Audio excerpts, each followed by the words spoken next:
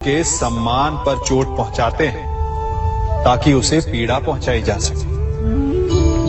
परंतु ऐसा करने से सावधान रहे मित्रों। शरीर पर लगी चोट मनुष्य भुला सकता है, परंतु उसके सम्मान को लगी चोट उसे जीवन भर पीड़ा देती है। और स्त्री के मान सम्मान पर लगी चोट उसे उस सीमा तक ले जाती है जहां उसे केवल प्रतिशोध दिखाई देता है। यदि अपने शत्रुओं को जीतना है तो प्रेम से जीतिए, अपने कर्मों से जीतिए। उन्हें अनुभव करवाइए कि उनसे भूल हुई है। किसी के सम्मान को ऐसी चोट ना पहुंचाइए कि वो आपका नाश करने पर उतर आए। स्मरण रखिए, किसी का अपमान करके आपके हृदय को कदाचित थोड़ा संतोष आ जाए, परंतु उस अपमान से आप कई हृदयों को आघात पहुंचाते हैं और अपने लिए एक शत्रु और बढ़ा लेते हैं। हम सब शीघ्र ही सफलता चाहते हैं, ढेर सारी संपत्ति और सुख चाहते हैं, और ऐसे में कई बार हम छोटे मार्गों का चयन कर लेते हैं।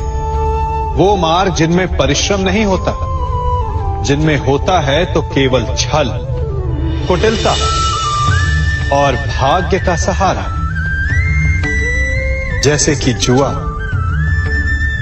कोई जुए के खेल में धन लगाता है, कोई दांव लगाता है और ये भूल जाता है कि जुआ ऐसा दलदल है कि जिसमें एक बार गिरे तो सर्वनाश से पहले निकलना असंभव है।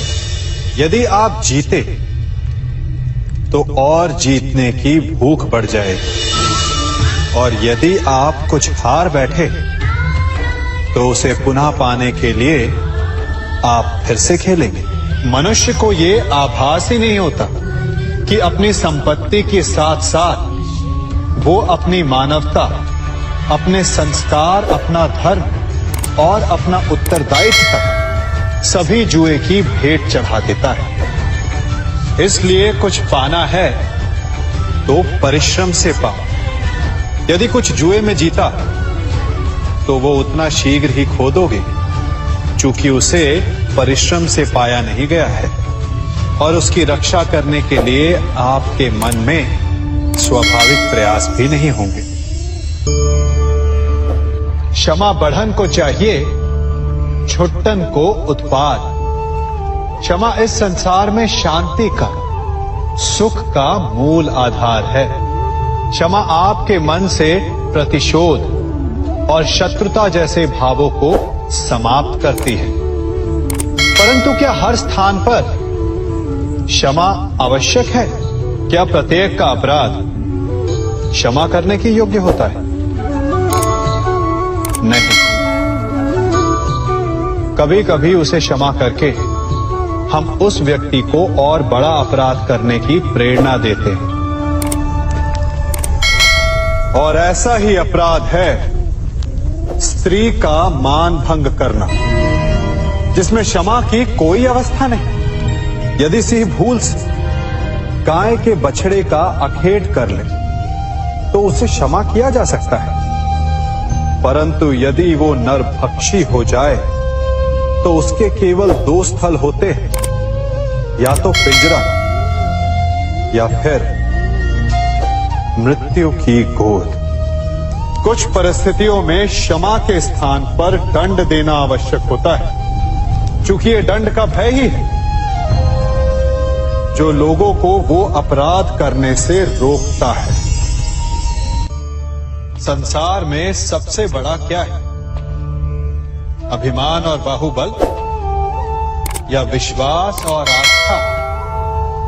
निश्चित रूप से बाहुबल के महत्व को नकारा नहीं जा सकता। मनुष्य अपने बाहुबल से पर्वत को मैदान बना सकता है, सागर सुखा सकता है, मरुस्थल में नदियां बहा सकता है, परंतु बाहुबल को सहारा होता है विश्वास का। यदि मन में विश्वास ना हो तो बाहुबल किसी काम का नहीं। वो कौन सा बल कि मोर आकाश की ओर ताकते हैं? वो विश्वास ही तो है जिसके कारण वर्षा होती है और दोनों की प्यास बुझती है। परंतु जब पाप के बाहुबल का सामना धर्म के विश्वास से होता है तो बाहुबल हार जाता है और जीतता है विश्वास। विजय होती है आस्था की। यदि आप सत्य के मार्ग पर चल रहे हैं और आप अपने इष्ट में आस्था रखते हैं तो किसी भी पापी का बल आपका कुछ नहीं बिगाड़ सकता। कभी सोचा है हमारा जीवन भी उस रेत की घड़ी की भांति है? जो रेत नीचे गिर चुकी है वो हमारा अतीत है, जो अब भी ऊपर है वो हमारा आने वाला भविष्य है, और वर्तमान ये संकुचित स्थल है जहां से धीरे धीरे करके रेत गिर रही है। अर्थात हमारे पास जीने के लिए यही एक क्षण है। उसका उपयोग कैसे करना है ये हम पर निर्भर करता है। जो बीत गया उसका दुख मनाना है या जो भविष्य में होने वाला है उसकी प्रतीक्षा में क्रोध करना है। सब कुछ करने के लिए यही एक क्षण है। प्रसन्न रहना है तो उसके लिए भी यही एक पल है। प्रतीक्षा करते रहोगे तो ये पल भी भूतकाल में बदल जाएगा। इसलिए आनंद के लिए, परोपकार के लिए प्रतीक्षा ना कीजिए।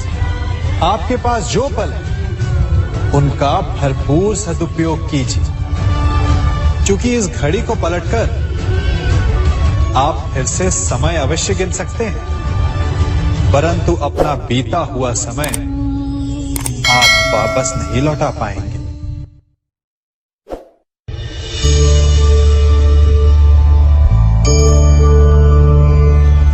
मनुष्य के जीवन में संतान का बहुत महत्व है। उस संतान के लिए वो कितने कष्ट सहता है, उसे पालता है, पोसता है, और यदि यही संतान संताप का कारण बन जाए तो क्या ये उसका दोष है? अधिकतर ये दोष हमारे लालन पालन का होता है। बचपन में बालक के हठ को मानकर हमें आनंद की अनुभूति अवश्य होती है, परंतु धीरे धीरे अपने बालक के हठ को मानकर उसके हठ के दास हो जाते हैं। एक हठी उत्तंड और असंस्कारी संतान उस सूखे वृक्ष के समान होती है कि यदि जिसमें आग लग जाए तो वो सारे वन को भस्म कर डाले। और स्मरण रहे, जब उसमें अग्नि लगती है तो सबसे पहले वो स्वयं के घर को ही भस्म करती है। इसलिए जब आवश्यकता हो तो अपनी संतान के हठ का विरोध करें, उसे रोके, क्योंकि यदि समय रहते ऐसा ना किया गया तो भविष्य में इस समस्या के परिणाम गंभीर हो सकते हैं। प्रतिज्ञा, वचन, ये सब मनुष्य ने समाज को सही दिशा में रखने के लिए बनाए हैं। वो मनुष्य ही क्या जिसके जीवन में नियम ना हो, जिनका वो पालन ना करे, परंतु समय के साथ चलने के लिए नियमों को बदलना भी आवश्यक होता है, क्योंकि ये आज का समय ही तो है जो बीत जाने के पश्चात इतिहास बन जाएगा।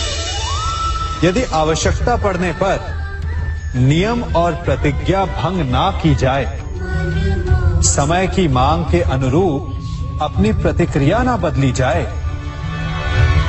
तो इतिहास हमें कभी क्षमा नहीं करेगा।